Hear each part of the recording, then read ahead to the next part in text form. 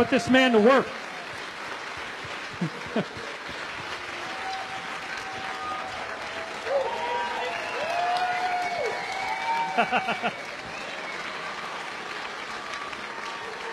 He has his parachute on. Vote for me in 2020. Watch it, I got my essential oils with me. Who was there last night with me? Raise your hands. You can't make that up, can you? Some good stuff. Yeah, I heard that you guys had some very interesting things taking place last night. That's the norm, you know. If you're at my house, you're going to see these things running around. Now, it took a long time to get you to come forward. And it's very interesting for me because everybody kind of heard your story. There's a lot of love in this room right now. Oh, yeah. I gave everyone the high five except, you know, my two colleagues here. Now, we're unfolding a cosmic narrative here. And you, like Corey, have had in-person contact with extraterrestrials. Now, we kind of overlooked this when we were doing Cosmic Disclosure, but I've also had contact the whole time. It's just that for me, it was always telepathic. But the one thing that I can tell you guys is that every time that I would receive the contacts where I wouldn't know what the heck I was saying, the voices just come, I'm just letting myself talk, but I don't listen to it. And you have to be very deep in meditation so that you're forgetting each word as it comes out. Because it's so slow, and your mind is going so fast that the time between words is so long, you can't even tell what the sentence is. And both of you guys have reported contact with ETs and telepathic stuff. And one of the things that would always happen to me is I get this incredible bliss sensation. In fact, I had to invoke the bliss sensation first, and then be in this really, really deep trance before the words would come in, where later on I transcribe them and they would predict the future just like somebody's reading pages out of a book. You have to have that frequency before you make contact. That's why you did that. You know, then you're at that level of no ego and you're ready to make contact like we did last night. You have to escape from this realm here and drop all your shields down and say, I'm just the same as you, and you, and we're ready to make contact. And that's what happened. That's what you're explaining right now, is getting on that frequency level to accept that. And Corey, you reported that these beings, like when Tyrier was first talking to you, that you would have a very powerful bliss state. Could you describe that for us just with a little more verbal decoration? Yeah. Since sometimes he literally answers with one word. Yep. Yep. Yep, nope, and maybe. Okay. So the question was, what's it like? Can you feel your underpants? Yes. Okay, let's start with that. Okay. So some of these beings, we learned very quickly during interrogations, a lot of these beings, before they communicate or come in contact with a human being, they manipulate your state of mind. So a very gross-looking ET can project a image of an angel of light coming into the room with you and deceive you and interact with you. Now, so there's that type of them making you feel blissed out. They'll make you feel blissed out to make you feel all religious, kind of a religious feeling. Now, the higher density beings, it is just their consciousness vibration affecting you. Your vibration it starts vibrating a little faster, you know, and you feel the effects of that. And so just could you describe the emotional feelings? Like just give us some adjectives and some descriptive language about what does it actually feel like? The words don't work, you know, for it. When I've been in positions to where Tyrier is communicating through me, I can't even see who I'm communicating with because tears are just coming constant. I mean, my shirt's wet. I mean, it's, and I'm not crying, I'm not feeling, but I have such, I feel like, you know, a cable can handle a certain current before it burns up. It feels like the current's been turned up extremely high. Now, Emery, one of the most fascinating things for me is when you described being in an alien autopsy room and that you had certain beings come in and assist you in the autopsy. Now, this is like Emery's greatest hits. Some of you guys might have heard this, but I really want this to be out here again. So could you describe for us, first of all, just give us one of the beings, or maybe more than one of the beings, that you were talking to in the OR, and how did this communication take place, and what kind of communication was it? This will take 30 minutes to answer. Perfect. I'll be right back. Go for it.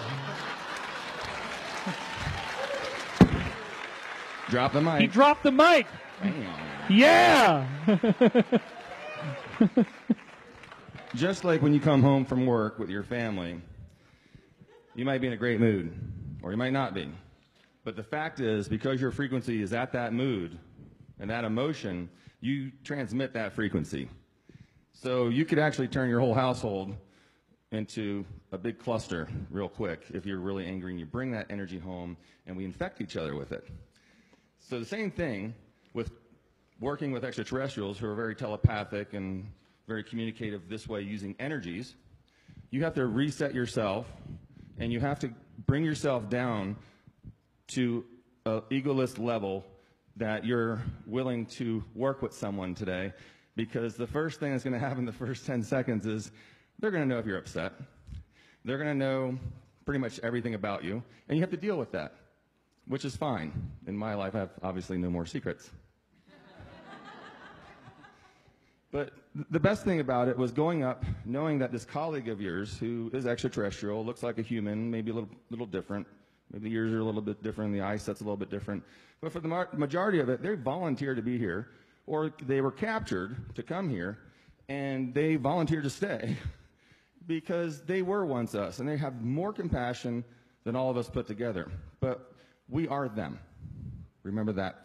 Our DNA is in the majority of the extraterrestrials that I have been involved with. But getting back to the question, I'm sorry, that was just the scientific part now.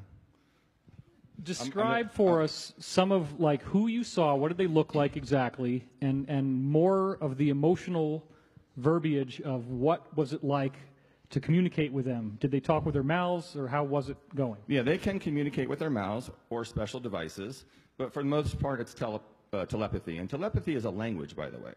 You have to have, like I said, with your emotion and everything, when you project something, and I'm upset and I'm walking in the room, I'm not going to work today, and I say, hello. It's more like, hello! Because they read the emotion, not the transmission. Because they're reading the entire system of your how stable you are, and you know, they know your chemical levels and everything. So they know they can smell things that we can't smell, or we can smell them subliminally. But at the same time, you have to have this set mindset when you go in there. So these ETs that I was working with mostly were human-looking. They're very tall whites, I call them. And they are very compassionate and very, very funny. So when we're sitting here working on something, and it's really nice because when they say, oh, we're going to take this and do this, and you know, you need to do this, it's already like within seconds. So it's like fluid movement of what you're doing at the operating room table there. Maybe continue. And that being said, is they can see a little bit into your thought processes before you make the move, which is really interesting. So if I'm about to grab something, they already know that I was going to grab that, and it's like, no, and like you're about to think it, but you're like, no, like they already called me out. Like they're a couple of like seconds ahead of me, you know, and it was really fun, except for the part on Friday nights where I'm like going to go home and have fun for the weekend. They know what I'm doing that weekend, and they're laughing. Emery, or taking the girl out to the movies this night. Oh, okay, well. So there is no secrets, nothing. And that's how it's going to be here in the future. There will be no secrets with anyone. Everything that you see me think will be right here on that screen for the universe to see, and people will be held responsible for what's done here on this planet.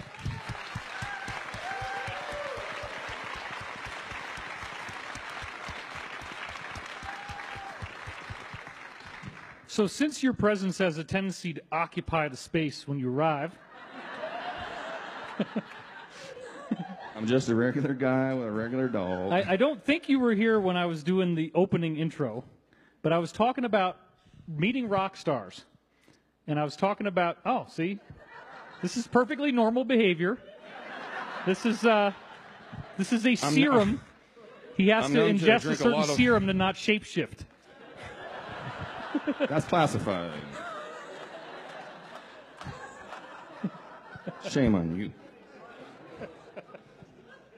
I knew that backpack had something to do with this. Okay, Corey has lost his mic, so he probably needs a new battery. That's why I always... Oh, okay, There we go. he's got it. Okay. We're good. So anyway, I was talking about meeting rock stars and how if you're all, oh my God, wow, it's so amazing, you know, you'll get like 30 seconds tops. Security. But if you're totally relaxed, and you don't really care, and you're like, hey man, what's going on? Then they'll talk to you for an hour. Right. And so I'm trying to give people here, there's a reason why I did all the things that I did. Everybody was like, David spent 20 minutes talking about meeting rock stars. No, I was listening to you the last hour and a half, yeah. Okay, good. Because you wouldn't invite me up on stage.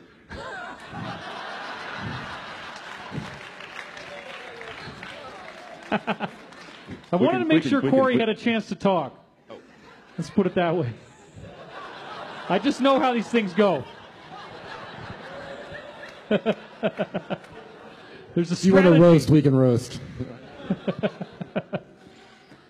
My point in bringing this up was that I think a lot of us here, whether you think you're ready or not, okay, I believe for myself, the reason why I was able to get this telepathic contact with these beings is I might be there for an hour and I am talking robotically like this. And I know that when I transcribe this later on, that it's going to be this amazing stuff that predicts the future and has these beautiful messages from extraterrestrials for me, and I'll see these beings in white robes, and I'll, you know, because sometimes I'll report what I'm seeing as I'm hearing the stuff, and they were Nordics for the most part. My point is, if I had had that response like fans do when they go backstage at a rock concert, oh my God, extraterrestrials are talking to me, holy crap, what are they saying? I'm interested. If I got into that state, it's immediately going to break the contact.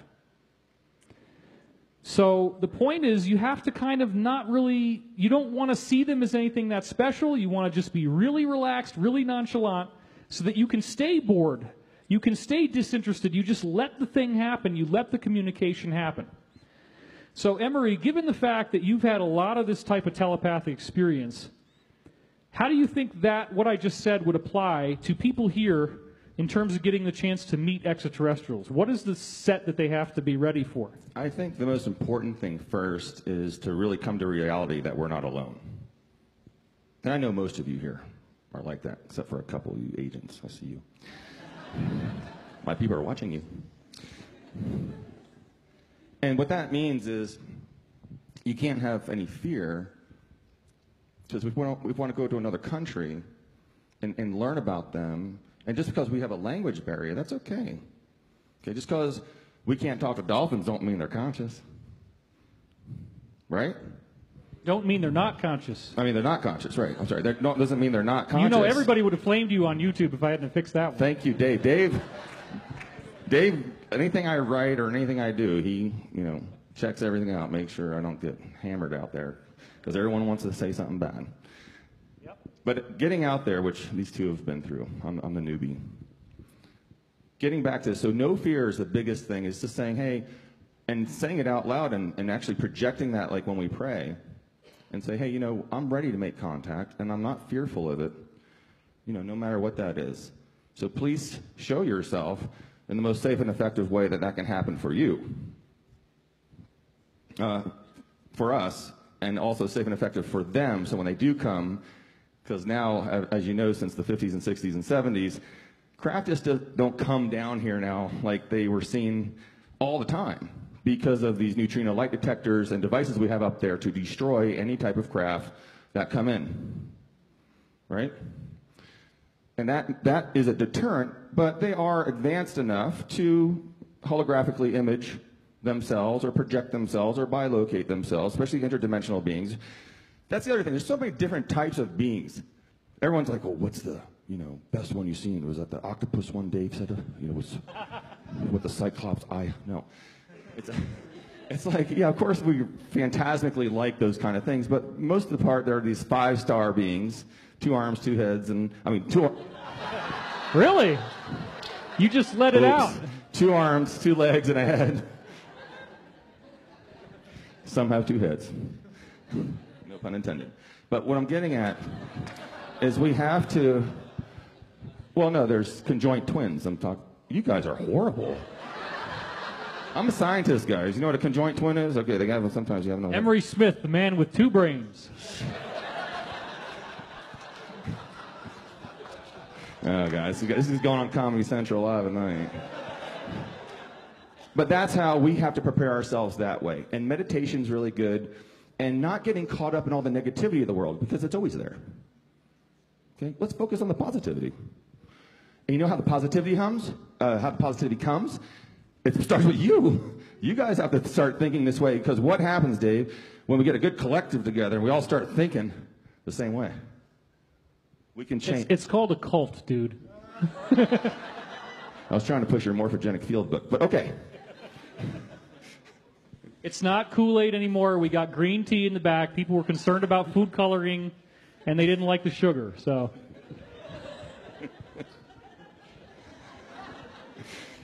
I'm thirsty again. So that's how we do it. So we went out there last night. We blessed the land. We did a 30-minute puja. You guys like that?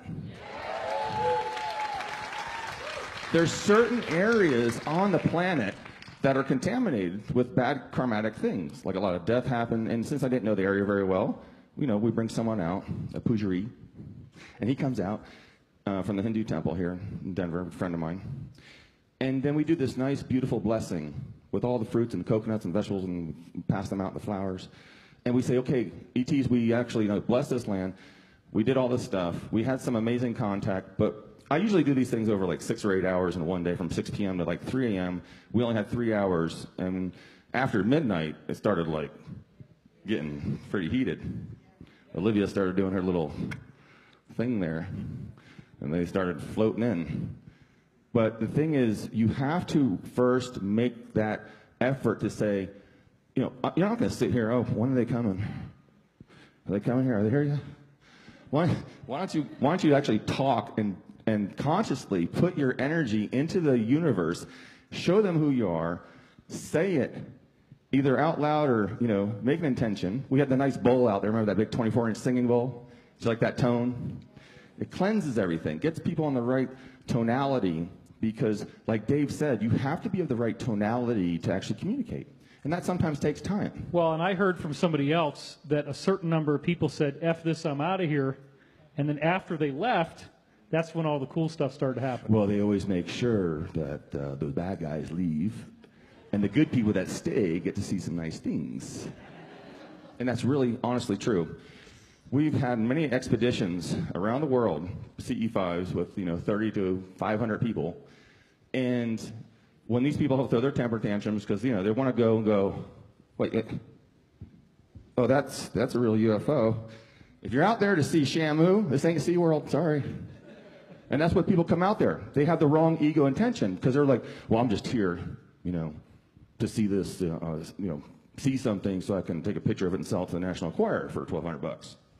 Trust me, it's happened. That's not the intention you have to have if you want to be elevated in consciousness and communicate with people that are a little bit more elevated than we are consciously. I mean, they're not chopping their heads off. They're not like hating each other, fighting over material things. But they were once us, and they have compassion for us. And guess what? Because of all of you, we're finally going to get there. All right. Emery Smith.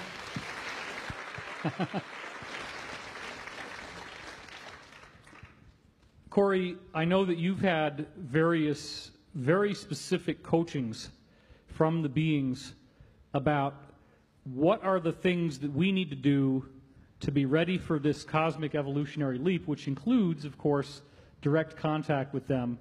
You've had Anshar telling you that they were going to start making in-person contacts with people in the future.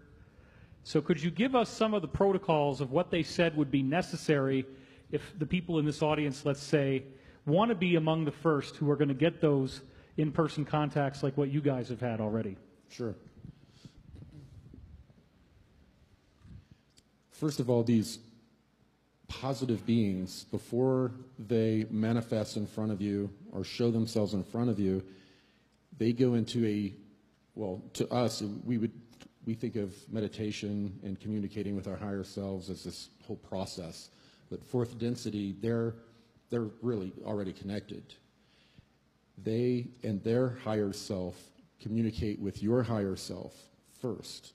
And then your higher self communicates back whether you get any in-person visitations or any communication at all, or what type and how it should begin. And usually it begins in dream work. What about things like synchronicity, seeing number patterns, stuff like that? Right, yeah. One of the interesting things about the Anshar is that that's how they communicate with us. They and other beings from the future even are here with us right now. There's a interesting time or interesting event. They are able to use, like the Anshar, their technology are these chairs that they sit in, and it focuses their consciousness and interacts with space-time, and it is like they're floating right there, almost like, an angel, in the room. I sat in the chairs and experience the technology, and they will follow a family line for many, many generations, watching how they develop and the cycles that they go through, and they will communicate with people. They give them downloads. Many have been experiencing downloads lately. They let people know they're on the right path with synchronicities, kind of like dropping breadcrumbs. Well, don't you think it's interesting how many times when you really do your homework that the great inventors who have made some of the most important breakthroughs in our technology say that they got their inventions in dreams? Or downloads. Yeah. So if it starts with dream contact, are there certain character qualities, are there certain practices that we could have here that would help us to be ready for the actual in-person, the really gee whiz stuff? Beings who are coming down and visiting people face to face during the 30s, 40s, and 50s. The consciousness level back then and even now, when these beings come and visit the average ego person, they begin to get a Christ complex. It happens over and over and over, and the most humble people would begin to, why are they coming to me? I must be special. What's so special about me? Then they go introspective in the wrong way. What they want is for us to go introspective in the right way, to deal with our personality distortions that we haven't dealt with yet. Those personality distortions are usually what stands in the way when the higher self communication occurs between the other being and you. They're like, oh no, this person has a distortion towards this. If they have an in-person communication, then it's going to be detrimental to them. So based on what Emery was saying about being angry or something, would that be classified as a personality distortion that would have impacted his communication with these beings in the OR? It's more of a symptom of a personality distortion. Why is the person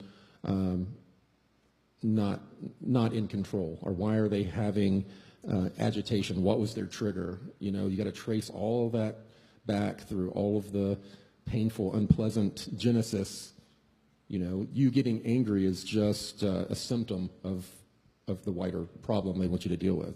So another thing that I'd like to put on the record here, because the format of Cosmic was only that I could ask you questions, I couldn't really share anything, is that in my telepathic contacts that really were very active between 1990, the end of 96 through 2000 is when I really was getting most of this stuff happening. And as I became more public, I became very concerned about like all the hate I was receiving on the internet and how it could cloud my mind and make the information tainted somehow, because I didn't have that sort of childlike jubilation and glee about my life anymore. And so I was afraid of doing the work anymore, because if you have that kind of negative influence in your head when you're doing it, it can really get the wrong results. So, or you can be deceived by what you think is a positive being that you're in contact with even. Right. So when people start to have a sense of being a savior, this kind of thing, I equate that to the starstruck thing that you get when you meet a rock star. Because part of it is, oh my God, I'm so special. Oh my God, I'm backstage. I'm meeting one of the gods of our society. This guy's on TV. I've seen him so many times. I love his music, you know. And that's what you don't want. And in the same sense, like, I don't even talk about the fact that I had these contacts for the most part, because I don't want to try to steer people into seeing me as being different. But it appears now that I'm at a point where I'm being asked in my dreams very concisely and consistently that I need to talk about this. So I want to point out something, a very interesting parallel between all three of us and what we've had happen to us. You got to understand, when I was doing these readings, that I was getting pages and pages of direct speaking documentation. Speaking ultimately in a pretty plain way. Like in the beginning it was very cryptic, but it got a lot more easy to understand as time went on. But they never let up on me. They never stopped criticizing me about being too afraid. They didn't like my diet. They wanted me to eat a whole different way. All this kind of stuff happened. And I mean, yeah, be careful what you wish for. Look at Corey Good's body now compared to where he was when we started the show. It's unbelievable. So I'm seeing this parallelism here, and when we're looking at this solar flash that's coming our way, what were you told, Corey, about what we need to do to be prepared for this event? What did they instruct people about how to be ready for this thing? Well, it went back to the Blue Avian message to, process your karma, to forgive yourself, forgive others, because it all comes down to the fact that all energy has mass. And when you have these traumas or emotional scars, they have mass. And they act as anchors that hold you to third density. This cosmic consciousness that's coming through, that's causing us to judge ourselves and to be judged, those, we need to be at a point to where they pass through us. There's no electrical resistance. We're conductors. If we have not dealt with these things, then we're not going to conduct the energy. It's not going to pass through us. It's going to burn up the wire. Well, again, this is a very fascinating real-time discovery, because in all these years of readings, of which I have, many hundreds of pages total of all the things that were said, which I was supposed to be sharing with people, and now I'm going to finally start doing it, but I had suppressed it for a long time, basically because I wanted to build credibility in the scientific arena, because people really don't like channeling unless they're open to it. They think, oh my God, you just made all this stuff up. And, oh, those time travel stories, you just made all that stuff up. Well, I have witnesses. I have people. I did a business with these readings from 98 to 2005. I had 500 clients. I had some amazing things happen. If the client was ready for it, certain people would get stuff like, for example, there was one lady where the beings described the lyrics. They quoted from her poems and songs. And I didn't even know that she wrote songs. They literally quoted the poems and then explained to her what the subconscious reasons were for why she wrote them. And so she was literally sobbing on the phone, and one of the things I had to train myself to do is to not get out of trance when people totally lose it on the phone, to stay in this robotic consciousness, and I mean, the voice could get fast. Like, if I really got into it, it would be coming out faster than I could possibly talk normally, and just perfect transcribing. If you transcribe it, it's flawless sentence structure. It's very normal for people to have that kind of an experience. Emery, getting back to you for a minute now.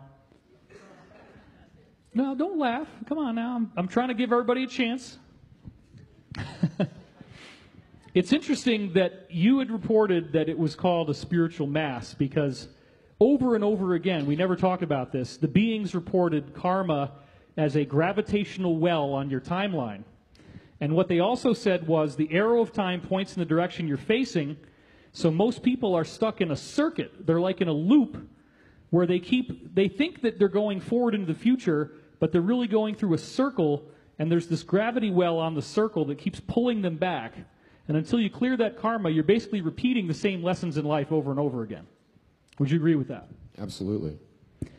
So, Emery, based on your experience of seeing not only your own in-person contact with ETs and telepathic experiences, but actually facilitating this for others, how does the karma stand in the way of somebody actually getting these contacts?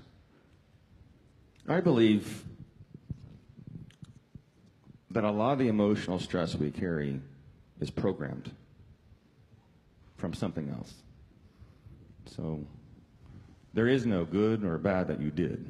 It's a program. You look at that and you judge yourself. And what I've learned from them is that doesn't exist unless you manifested it. So that leads me to the observation that, we're all karmatically responsible because we're actually all connected. We're all one. It's all of our responsibility. I am David Wilcock. Well, then why are you over there? I'm bilocating. I'll teach you that later. Fair enough. But we all share the same field, same energy, in a different way. Of course, we all look different and are different races and gender. But for the most part, what I learned from them is that that's just a program when you think or you're upset or whatever. And we've been installed with this. There's many planets out there that started the same time we did. But they're completely hundreds of thousands of years more advanced than us because they didn't have this crazy 300 major corporation cabal killing Tesla and Stubblefield so we can get these anti-gravitic and zero-point energy devices out. Yeah, exactly.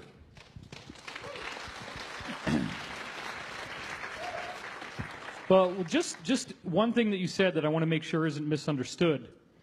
I'm not really you. No, it wasn't that. That I understand. Just maybe 2%. We're looking at the idea of the ultimate arbiter of truth, the ultimate arbiter of good or bad, right? And you say there is no good or bad, but really, let's just be more clear. And I want to see if you agree with me, because this is what's in the law of one. It's what my readings would also teach people. There's only one of us here.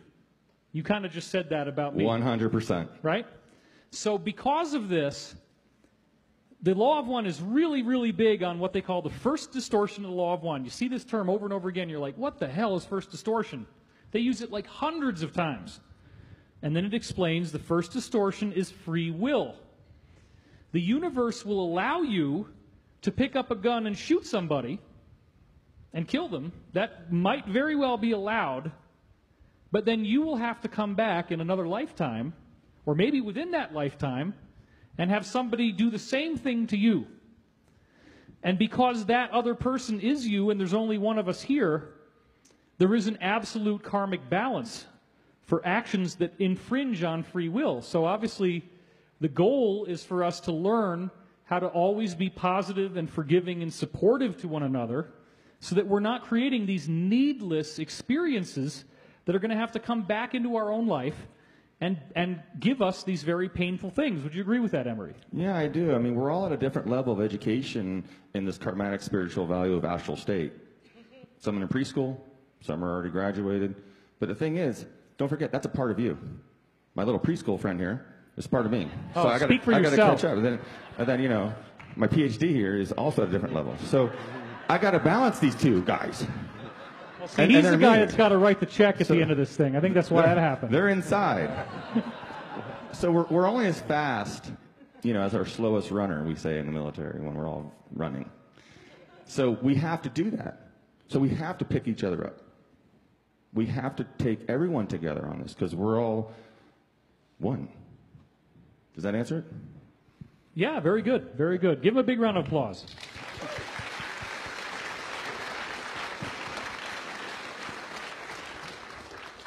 So we are now in the final 15-minute window before we're going to do this meditation. And this is a very important part of what we're here for. And I want to hand it back to Corey now. Since he's relieved himself in the bathroom, he's probably going to be ready for everything he needs to do here. I was counting on that intermission. Well, you don't get one with me. It just goes. It's okay. I have a thing back here, a bucket. Yeah. That's what I've been using. Gotta improvise. Let's talk. I mean, I could do the science and all this stuff, and maybe I'll insert some of that as we go. But could you explain, Corey, why, when you're doing an event called Dimensions of Disclosure, and we're talking about wanting to have full disclosure and wanting to get this information out to the public, why would we need to focus on something like a group meditation? What's the underlying agenda that these beings told you about why that matters? Well, it goes back to we are all one, but this illusion of separation, the only way that we can, I guess, come together is through the mass consciousness. The more we learn about the power of our mass consciousness, the co-creative ability of our mass consciousness, and understand that, yes, at one point, some being wanted to understand what, wanted to have this experience, and it divided into all of these individual beings. So I just got off again. Can you feel your underpants?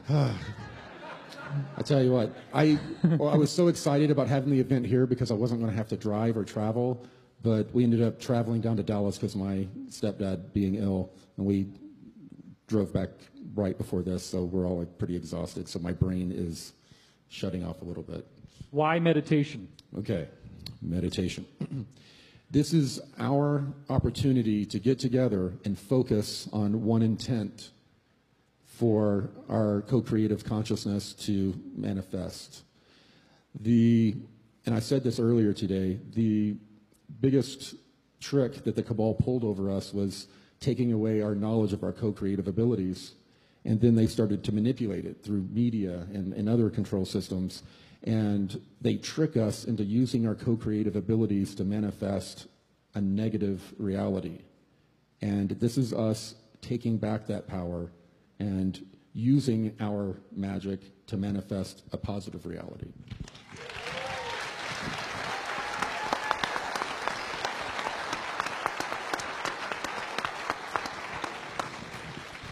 Somebody from the audience, Corey, came up to me after my talk yesterday, or no, it was actually at the dinner. It was at the dinner. And he brought up something from way back when we first started doing Cosmic that I'd forgotten about.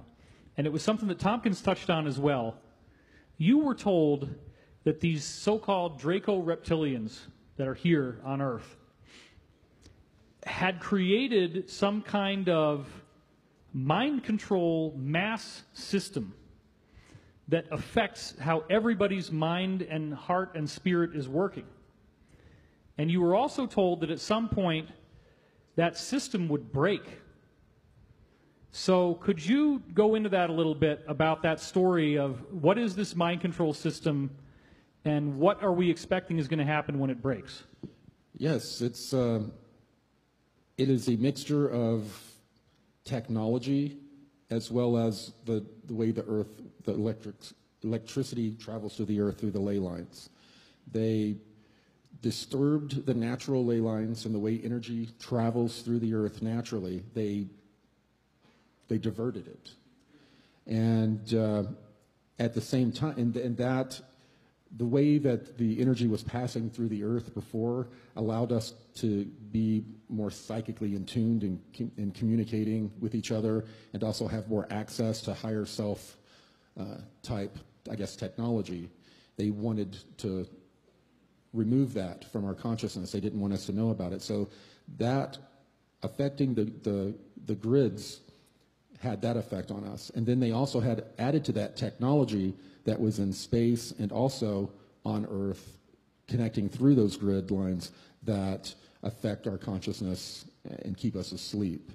And from what I've been told, since the spheres came and the energies have increased, the technology doesn't hardly work. They've got it turned up all the way just to have a small effect on the consciousness of humanity right now.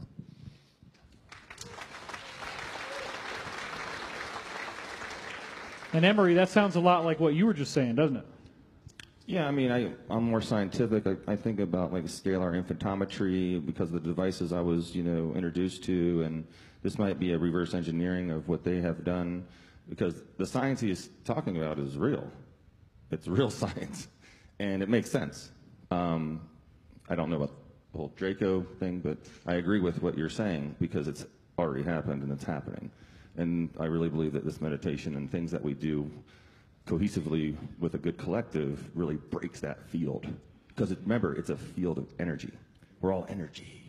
Yeah, and I think also what has had an effect is that there are a lot of star seeds that their mission is to come back and reactivate these grids. And even people in this room have been going to sacred sites and trying to reactivate them and set that circuit back up to work properly again through the ley lines. There is no try. Only do. Slow down there, Turbo. Now, you were told, though, Corey, that at some point there would be a decisive breakdown of that system from even being able to do what it was doing, that it would just cease to work, and that there would be some kind of a sudden effect, sudden change in people's consciousness. Could you describe that? Yes, it's multi-layered. It's going to be like coming off of a drug all of a sudden for everyone. It's when it's been affecting our consciousness. All of a sudden, it's like you begin to hear things more clearly. You receive a signal more clearly. It's affected our ability to receive this information, and in the beginning, it's going to be overload. So. It's going to be a major headache in the beginning. Now, you had also described how in the secret space program they had these craft, they fly people out into this interstellar cloud that our solar system is drifting into, and two different types of things would happen depending on who you are. Could you go through that again real quick? Well, what they did is they flew out to these gas clouds, plural. There were numbers of them that the Earth passes through, then goes through a clear patch, and then passes through, different densities of these clouds. But they went out to these clouds, nebulous clouds, which are just energy, and they measured it. And while they were out there, they noticed that it was having a psychological effect on the crew. Well, they documented it, and how scientists, they have to repeat it. So when I was in the programs, they would actually take our own people and, people like doing data entry. Yeah, they do data entry on ships. Yeah. They would put them in a room, several of them, to do data entry, and if they've psychologically profiled them all, they know everything about them. And they would put them in and watch them. And these people are working. They have no idea what's going on. And then they begin to pipe in this energy. And the people that were very positive, moral, would become blissed out and, almost high. And the people that were of a negative polarity would do the opposite, become extremely agitated and unpleasant. So, Emery, do you think this is part of the reason why, when you do these CE5s, that some people get so triggered that they actually become angry and they just storm off? Yeah, they have that kind of program there that they can't accept that. It's happened millions of times where craft would come in, fly in, and you've heard about this in history where ships would go to a different civilization, and the natives never saw a ship, but they see people walking on the water, you know, because your brain can't assimilate that, because what Corey said, we're not turned on yet, but we're getting turned on, and we are ascending, and we are getting this every day. So think of it as a good way, but it is true. This does happen with a lot of the majority of people who don't want to really accept this yet, which is okay. They're just at a different level, and they just need to be activated. And we're getting activated with Stardust all day long, so you guys know. And we're doing it with each other. We're helping each other with, you know, using sound and meditating and getting together like this. It's an activation. Every time you go into the stars at night, we do a CE5, your DNA has changed. We've measured it. Astronauts, twin astronauts. One goes up, one stays here. Twins, one's an astronaut, one's not, and stays on the land. This is all public information. You've probably heard this. Their DNA is now changed. Now, why is his DNA changed? Just because he's 85,000 feet up there floating around, and he gets back and his DNA is completely different. Something's going on. There's an activation of some sorts that are happening through the earth, through the energetic fields, and of course, interdimensionally. Well, the Chinese did research where they took seeds for like tomatoes and zucchini and stuff, flew them up into space, they grow the vegetables back here on Earth, and they're like from Findhorn, like super large, crazy, extra growth. And that's been documented again. So yeah, there's a lot of this kind of stuff. Oh, I can talk about plants all day. You know that. So I want both of you, before we start this, and Emery, we'll start with you since you're already standing. You know, I don't want to inconvenience you too much. Sorry, I got to move a little bit. Got to keep the energy going with everyone here, right? So, could you tell us real quickly, since we all agree that we're going through a quantum leap in human evolution, I just want to get a nice short, because we got like 4 minutes, 3 minutes before we're going to start this thing. What do you, based on the ETs you've already seen, what do you think we will experience if all of us are fortunate enough to have done our homework to be ready for this quantum leap in human evolution? What will we be like? What will our minds be like? What will our lives be like as we go through this? Yeah, we're going to live a lot longer. We're going to be able to do a lot of self-sustainability stuff where we're not using gas, coal, and oil. We're going to be able to change our genetics and DNA. We're going to be able to get rid of cancers and tumors and diabetes and all this stuff. And it's going to happen pretty quick within the next, 3 to 5 years, I believe. I'm just saying, I haven't been wrong yet. Corey, again, we have this ascension message that's been coming in very strongly. It was the main theme of all my contacts all those years. It's the main theme in the Law of One. It appears that the beings that did the Law of One contacted you to bring this message to the next level. So what do you see happening? And maybe we could talk about some of what the Anshar told you and what their society is like. What do you see happening as we go into this new stage of evolution? What will we be like?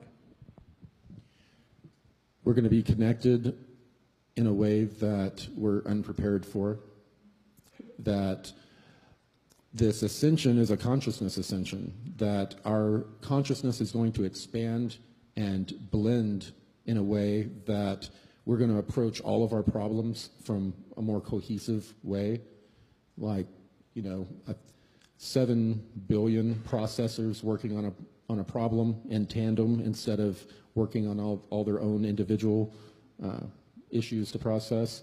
So it's going to be a quantum leap in the way we approach each other and our problems. Very good.